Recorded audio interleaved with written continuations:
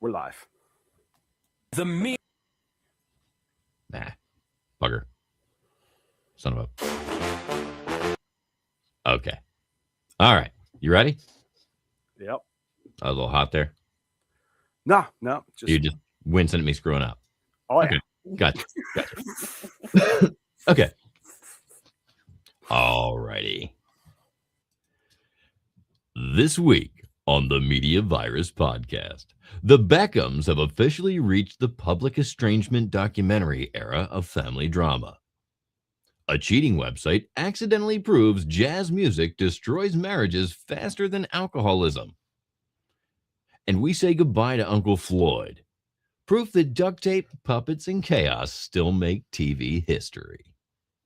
The Media Virus Podcast. Starring Matty Rockdef, the Reverend Professor, Mike Latoris, PhD, the ever-enchanting Miss Ricky Rockdef, Big Daddy Stanley McFadden, Grease Monkey Pete, staff writer Bill, Rex Couture Moore, and the rest are here on Matty Rockdef's TMVP News.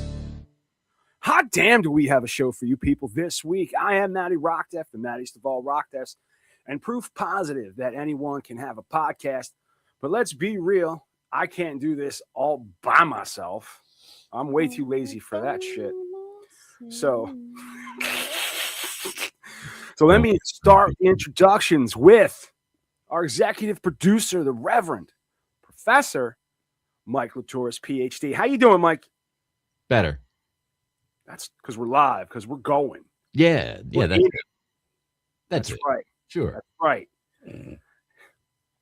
And let me not forget my incredibly beautiful, unbelievably hot wife of over 7 years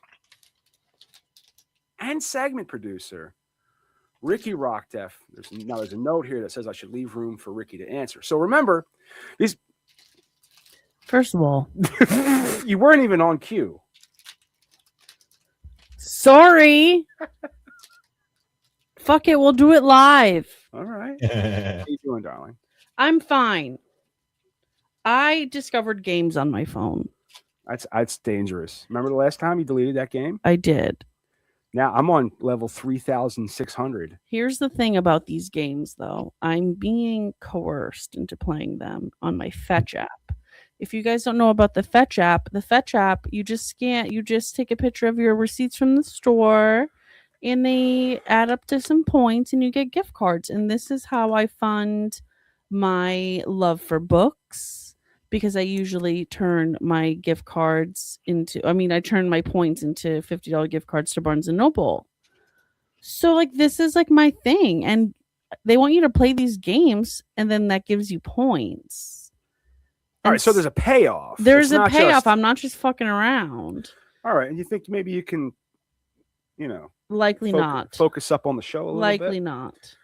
I'm kind of let's go this way. We're broadcasting live from our delightfully demented corner of the internet, where news gets a spin cycle, humor walks a tightrope, and our hosts are, shall we say, uniquely unqualified. Whether you are here for the chaos, a chuckle in the face of doom, or you've simply hit rock bottom, welcome to the Media Virus Podcast. Let's point, let's laugh, because this world is burning around us. Actually, the world is frozen fucking solid. After that. Okay. We had a storm that took a 16-inch shit on us. And I can't figure. Oh yeah, I got lost on the script. Lost in the sauce. Yeah. Anyway, I've been trying to figure out what's worse. The point was that what I wanted to say was I can't figure out what's worse: a completely unplowed street or a street that's been plowed, but everybody's dug out and just thrown their snow into the street, and now it's back to not being plowed. Because I feel like it's when it's unplowed. If it's unplowed, you drive a certain way. Right. When you think it's plowed, you drive a different way. Right. And then you hit unplowed conditions. Mm-hmm. and that's a transition. You understand? And if somebody doesn't know how to make that transition, which is do absolutely fucking nothing except guide the steering wheel, Right. slow down. You know what I Not mean? with brakes. If any, do not hit the brakes, because that's your, when you hit obstacles, you want to hit the brakes. Don't you just kind of glide with it, let your vehicle slow down. A lot of people can't figure that shit out. Listen, And- here's the thing. All I fucking need is for the street to be wide enough for 2 cars. On a good day, the street that we need to exit our neighborhood is not big enough for 2 cars because people park like assholes and people drive even worse. Mm-hmm. And so with this snow, you have to like play chicken, like who's gonna pull over first. But then if you pull over, then you're likely stuck. pulling into a mound of snow because of the plow that did do a shitty job. Or potentially, and most ironically, you could be pulling into that person's parking spot that they're trying to get to. You could be blocking them from also executing that. what they need to do, because that happens to us often. Yes, because we park at the end. Because my house is on a corner, Right? And actually, the intersection here, dude, the line I have was genius. So I'm gonna fucking read it, for Christ's sake. I went through. Yeah, no, production notes. But my neighborhood is a shit show, and one particular attraction is the corner that my house resides on, because there's like a stop sign, and then there's like a little upgrade hill. It's a one-way street that doesn't get plowed because a plow won't get down the main part of that street. Right. No, the backside of your neighborhood is crazy narrow and bumpy and twisty and turny. Right. So this dude, like I'm exhausted from digging the car out on Monday. Okay. I'm sitting there, my back's starting to hurt. Mm-hmm. And I'm like, and I hear these.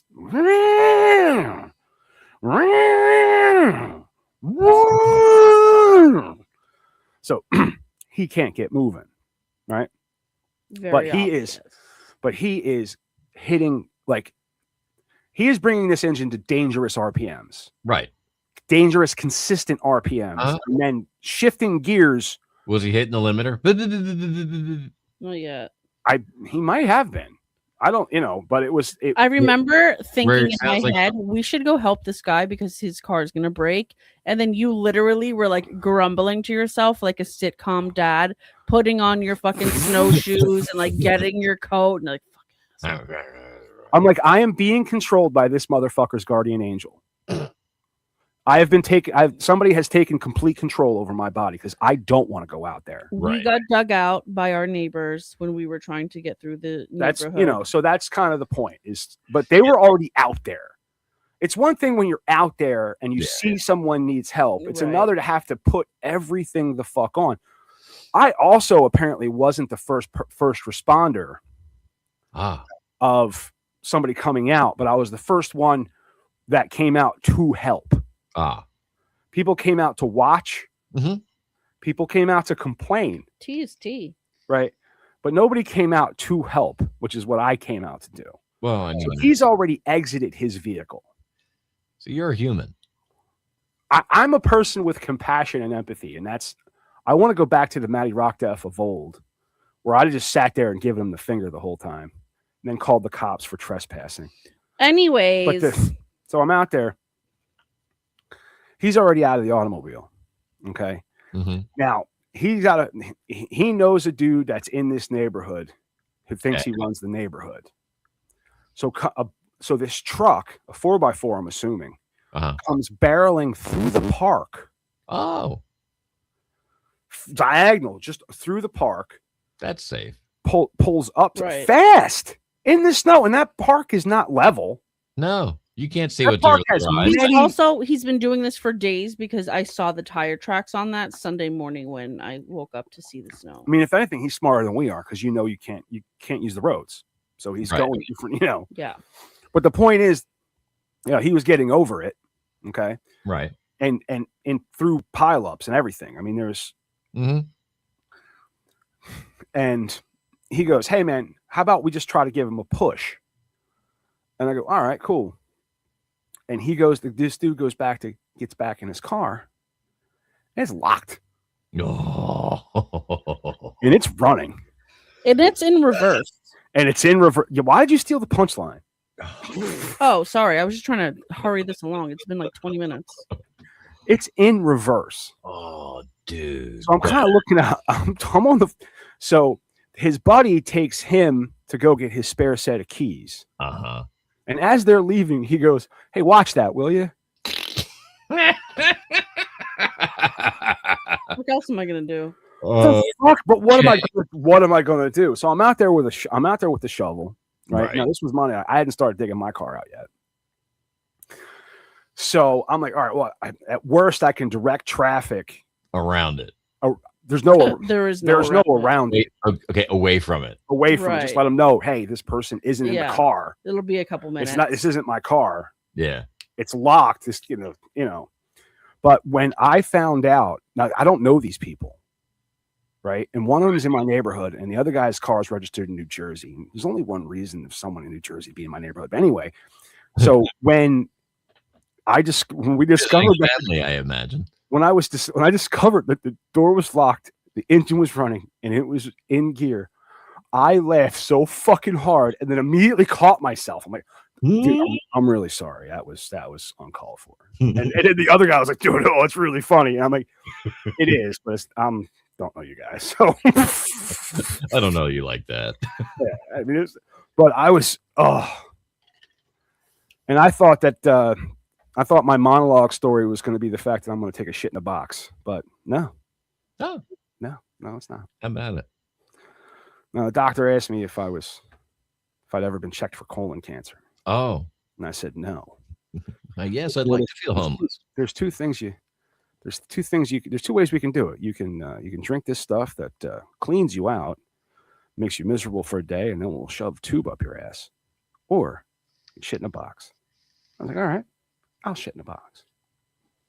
You don't want a tube in your coolie? Nope. Thank I don't. I really. You get to lay down when they do it. Oh, a nap? I can't just lay down.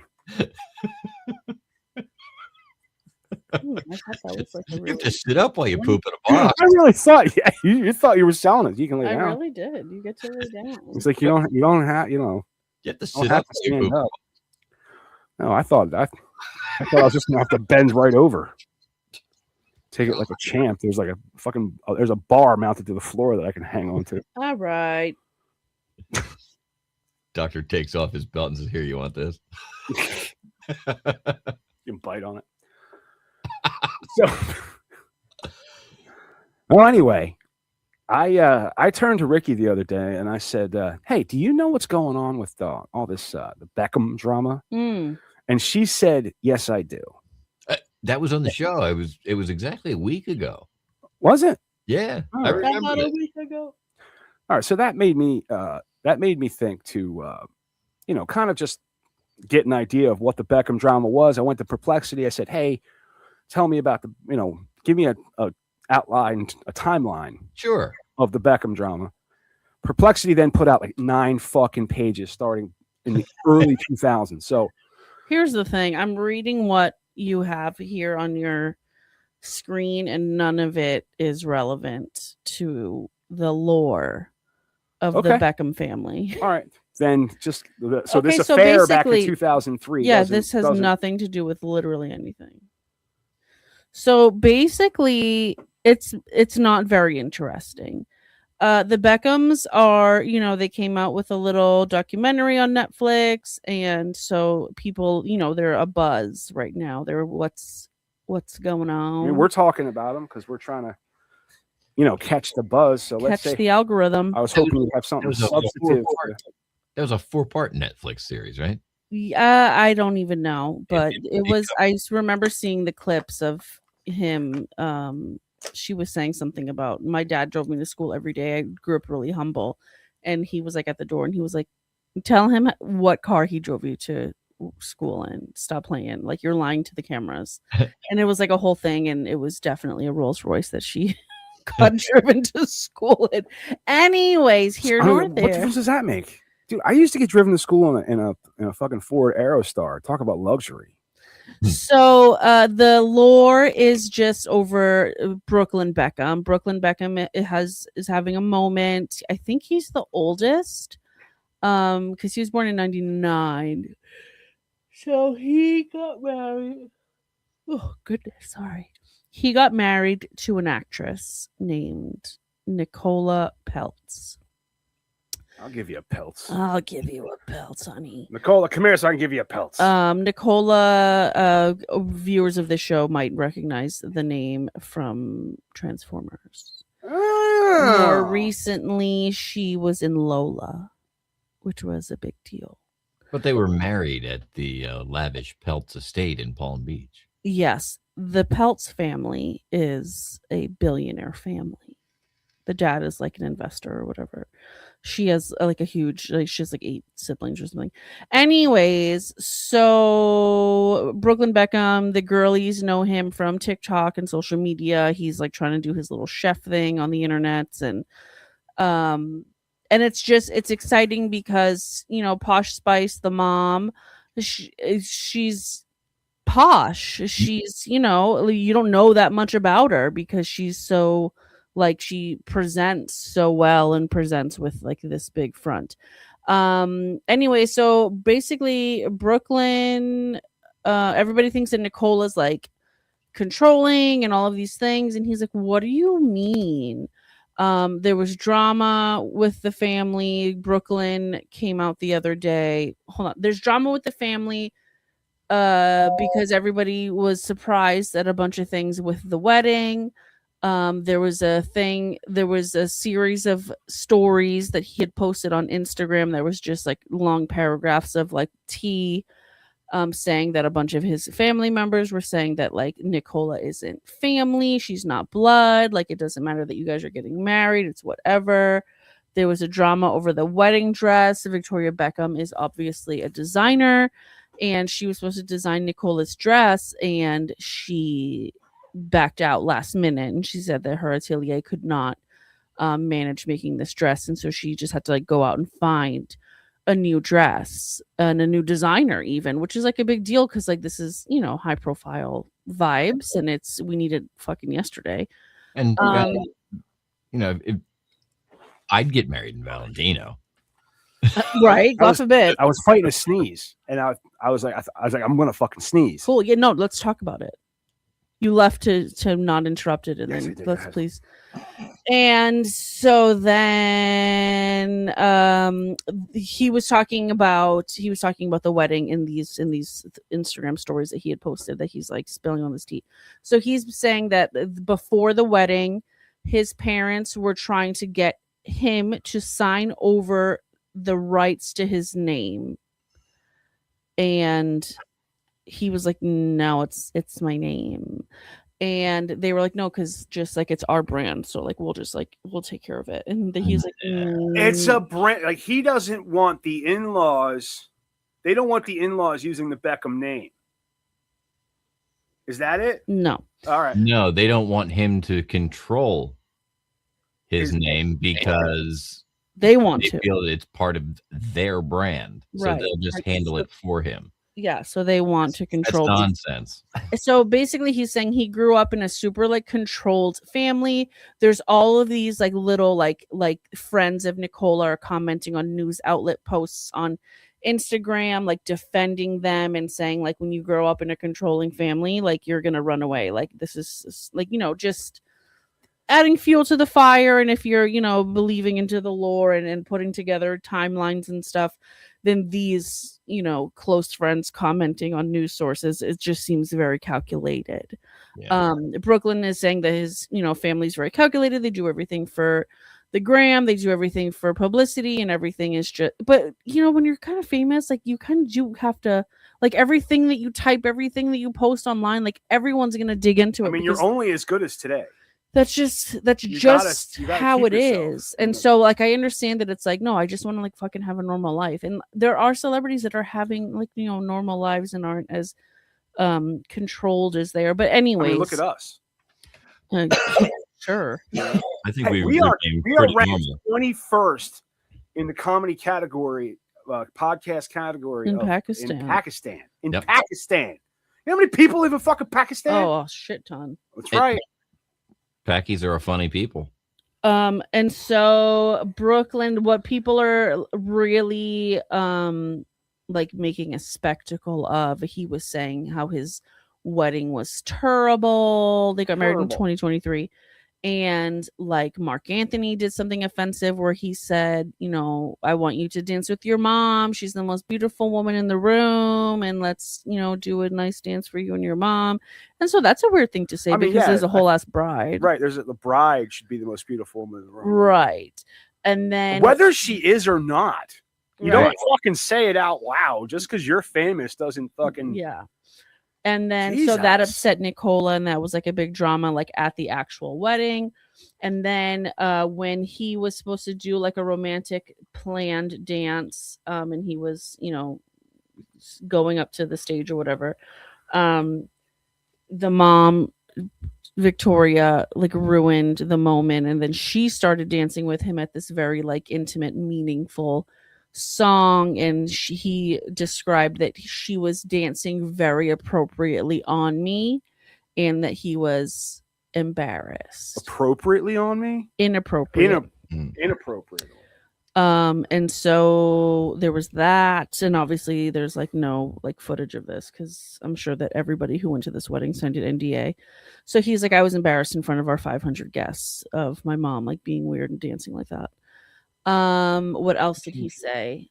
He's basically just said, David Beckham recently had his 50th birthday party, and they flew because they live in LA. They flew or something. They live in America. They flew to London to go to the party. They were there for a week before because they wanted to spend time with him. And then every time they tried to make plans, David said, no, thanks, no, thanks, no, thanks. I'll just see you at the party. And so it's just giving like performative, like you just want us to go to this party so We're you guys family can in take front of pictures. cameras. Yes. Yeah. So it's just giving that. And so he's like, everything is just like super controlled and it's like not fucking it. He mentioned that Victoria keeps up bringing people from his past. And so there's speculation Romeo, the youngest, Beckham, was dating this girl, and this girl was linked to Brooklyn first. And they're saying that they were just friends, or she's saying that they were just friends, and that's just they met because they were friends. But Brooklyn is like, no, this girl that I like dated, like now my little brother's dating him, all because my mom was like, oh, you should date this girl. And so it's just it's weird. Brooklyn's doing a lot of interviews because of the documentary, and then now, of course, because all of these things are coming up. But something that I did think was interesting is he changed his last name. He took Nicola's last name. Oh. So they are both Peltz Beckham. And he was like, yeah, we have little kids running around, you know, they'll be little Peltz Beckhams. And that's actually become more. Sounds like a pharmaceutical industry. Like, Both the hyphenate. Yeah. In fact, guy I know, he was adopted, and so like he didn't have a huge connection to the name that he had. And when he got married, he and his wife kind of put together a name that they I have a friend like that too. And it was not only was it something that they put together themselves, but it was in tribute to people that were special to them. So like it actually means something to them. Yeah, that's cute. we're gonna use Santiago Sack. Thanks, I hate it. You don't like Santiago Sack? I don't. Okay. People can't say my last name as it is. Which is crazy. Yeah, I mean, we were all looking for your cousin Carmen. Yeah, right. we all I remember in Catholic school, that's what they used to say to me, John. Oh, there's the Carmen San Diego twin. Okay, That's bye. that. We should use that excuse as to why we don't have you on camera. Where in the we can't let anyone know where in the world you are. Yeah, where nobody knows. in the studio is Ricky Santiago? Anyway, her name was San Diego, by the way, like with a D. Oh, right. what was I gonna say? I have a friend, they put together their last names on the documents to change your last name because you're getting married. Mhm. That is an option to make up a name, Yep. to hyphenate both names or to just change it to the spouse's name. When I my remember cousin, seeing that and thinking that that was pretty redonkulous. when my cousin got divorced, Uh-huh. she decided that, oh, I don't have to just take my name back. I can just have a whole new one. Right. So she is now something entirely different. I love that for her. She is now Veronica Musk. It's very confusing to talk to family members now. I also have a friend who her sister got married. Mhm. And the boy was kind of, I don't know if he was like in like adoption-y things. What are those called? Foster care? Foster care, or if he just was with his mom and she was a hot mess. But I know that his dad was a super hot mess, and so he ended up taking his wife's last name because he was like, what is my last name? Like, you're gonna take my last name for what? For that guy? Like, we don't even know him. And so that's like a fun thing. And my understanding that, and like when we got married, it was pretty simple. It was all self-contained in the, hey, we're getting married. Your name just kind of changes. You just go to the bank and tell them, sort of thing. Yeah, you don't need all of these legal things. But like my understanding now is like you have to do it like a formal name change. Oh yeah. Yep. There's like documents you have to like provide. You have to like send in your marriage license to Social Security. Well, yeah, I mean there was that stuff, but it wasn't like a big deal. Right. Yeah. Like now it's yeah, no, it's completely different. No, they want you to have all kinds of proof. And the same with being divorced. Like when you were getting divorced, as they were putting the paperwork together, the judge would look up and say, hey, what do you want your name to be when this is done? Okay. And would write it in, and then when you sign it, that's what your name goes back to. And you just go tell the bank, hey, look, here, this is what we did. Well, I wanted to move on a little bit because I've been heartbroken. I know you've been pretty upset. Yeah, I was sad. And, we heard about the passing of Uncle Floyd, and I just kind of wanted to give just a little tribute. This is nobody messes with Uncle Floyd's act, and this is one of the reasons. I loved him as a kid. I used to, watch it all the time. Now I'm sure I was watching reruns, probably of the Uncle Floyd show. But he produced it throughout the 80s, right? Oh yeah. Now they immediately start fucking with him. They start pulling his chair out. He's trying to. You just hear these jerks just laughing in the background. That wall is made completely of cardboard. Yeah, they're stage flats. But it's the most cheapest possible. They're just tacked up. All right. Yeah, well, let me. I can't play. I know that. They're made out of never one mind. Hang by. on. I mean, I'm trying to do a song here, and you keep pulling the chair here. You want to really do a song? Yes, I would like to do a song. Oh, go ahead. I would like to play Claire de Lune. Hey, I wish you could play too. Well, I like to play Claire de Lune. I don't know it, but we'll try. We'll try Ida instead. I wish you could play too. Ida, sweet as apple cider, sweeter than all I know. He had his, Come full on tie now. hat, In Mhm. silvery jacket. moonlight and of love it's like will whisper, it's like a kid's show, so Yeah. soft and low. and Oh, it's not a kid's show. No, not a bit. It's just seems though I can't Have you live ever seen without you. Listen, Good night. Move listen the to microphone me. away from me. If one of us, This is not my time. if one of us could play piano, this would be our show. be a skit. Any of us played the piano. That is the show that I'm not part of. He was a cultural icon.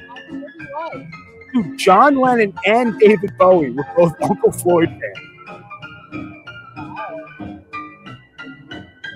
They're fucking with him with a rubber chicken. They're taunting him with a rubber chicken. as he continues to This play. is the exact kind of humor and entertainment that I do not enjoy. You know, now he's playing with the chicken. Wow. I don't think they ever walked into like a writer's room.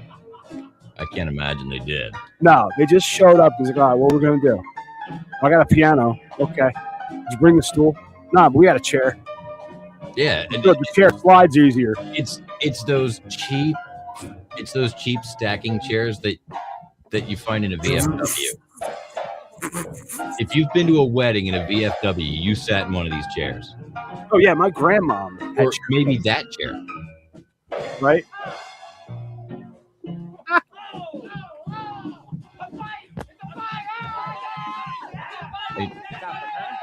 Honestly, You wanna get rough with just me, looking huh? around, you've got about a Why, 40% chance that this I'll was show filmed in you a something. VFW. Watch it here. Yeah.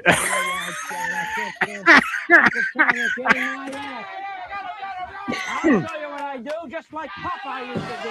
There you go. You want to fight me, huh?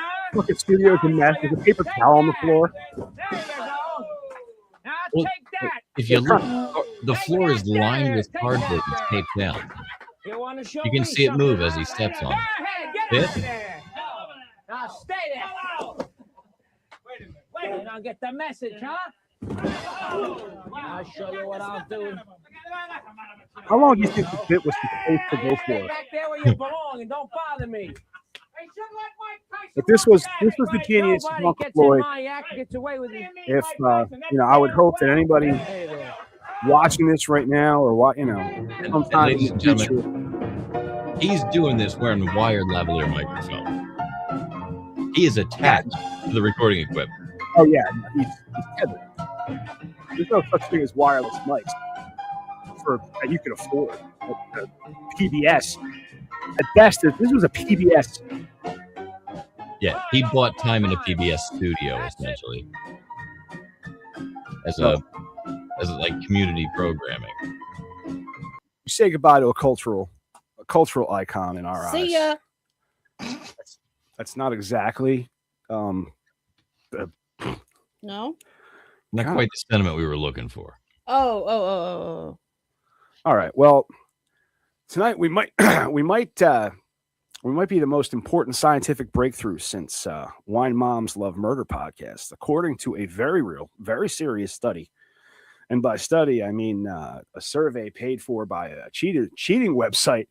Your taste in music may determine whether you're faithful or just absolutely out here ruining Thanksgiving dinners. Metal Science reports that heavy metal fans are the least likely to cheat. Boom, baby. While jazz fans are the most likely. They're boning everyone. Yeah, that's right. Jazz fans, the horniest genre per capita.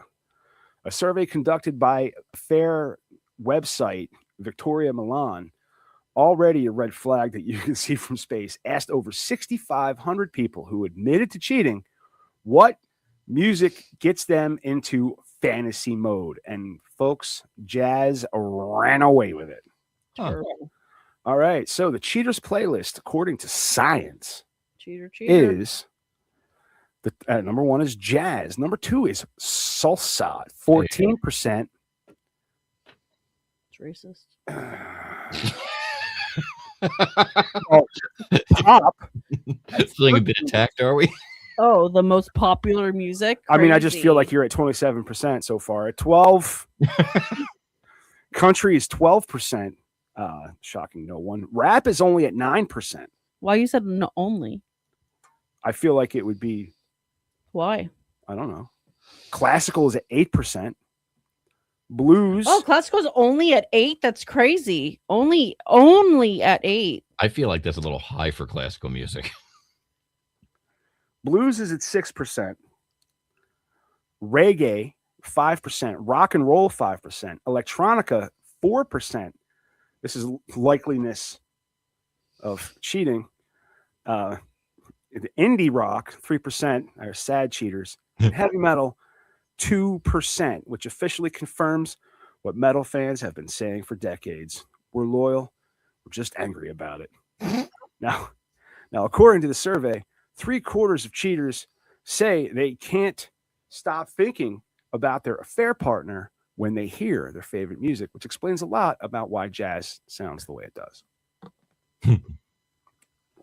Because nothing says, I'm about to destroy my marriage like a saxophone having a panic attack. Because nothing says, I'm about to destroy my marriage like a saxophone having a panic attack. The CEO of Victoria Milan, again, a cheating website, so credibility already on life support, says music is powerful because it triggers memories, emotions, and passions that people no longer feel in long-term relationships. So instead of talking to their partner, they turn on the smooth jazz and raw dog a coworker. Okay. Very healthy. And let's just say this out loud. The entire thing is obviously an advertisement. It's an ad dressed up as science, wrapped in vibes, sprinkled with horniness. But also, metal fans come out looking like monogamous saints who just want to listen and blast beats and go home to the same person every night. While jazz fans are apparently out here like, yeah, babe, I love you. Always going to go ruin 4 lives after this bass solo. Slapping the bass, man. That's right. That's right. So congratulations, metalheads. You're angry, you're misunderstood, and statistically, you're the least likely to cheat, which means the real takeaway tonight is if your partner says they're getting really into jazz lately, start checking their phone. We'll be right back. Metalheads are boring. This portion of the Media Virus podcast is brought to you by Your Name Here. Seriously, this spot is available. If you've got a business, a brand, a band, a book, a website, a product, a service, or just an ego that needs amplification, we can advertise right here on TMVP. Presenting sponsors, segment sponsors, custom reads, baked-in mentions. We'll even say your name with enthusiasm and minimal sarcasm. Want your brand injected directly into the Media Virus bloodstream? Head to themediavirus.com and claim this spot. Because if you don't, someone else absolutely will. So coming up in the B block, we're going to take a deeper dive into Uncle Floyd and his career. All about the Floyd, Floyd Vivino, who we all affectionately refer to as Uncle Floyd, but we want to know him a little bit better. The Floyd behind the uncle type thing. So we'll be back with the B block in a little bit. If you just tuned in, I'm sorry. We're going to end this. And, we're going to be coming back in a couple minutes with a whole different title and everything else. It's going to be fucking awesome. So come hang out. Just if you haven't subscribed yet, subscribe, hit the little notification bell, and it'll tell you when to come back. All right. Sounds fantastic. Thanks for joining us on this 270th version of the Media Virus podcast. A block. We'll be back with a B block right after this. This episode of the Media Virus podcast is brought to you by 302-46 Voice. That's 302-46 Voice. If you want my voice on your project, dial 302-46 Voice today. Don't forget to check out our sister show on the Media Virus podcast network, Stepmoms Without Children. Join Matty Rockdef as she takes a deep dive into the fascinating people she meets and thinks that you should meet too. Find Stepmoms Without Children at themediavirus.com, Spotify, Apple Podcasts, or wherever you get your fine podcasts. Special thanks to mysportsreports.com and delawaresports.com, delivering regional sports coverage straight to your devices via stream and podcast. Learn more at mysportsreports.com and delawaresports.com. If you wish to sponsor the Media Virus podcast, email your contact information to pml@themediavirus.com with the subject line sponsor, or leave us a message at 646-VIRUS01. On behalf of the infection team and our feckless leader, Matty Rockdef, I'm the Reverend Professor Mike Latoris, coming to you live high atop Uncle Butch Studios, with one hand firmly on the pulse and the other clawing for a shred of sanity. This has been the Media Virus Podcast. We'll be back next week. Find us at themediavirus.com, on social media, or download us now from your favorite podcast platform.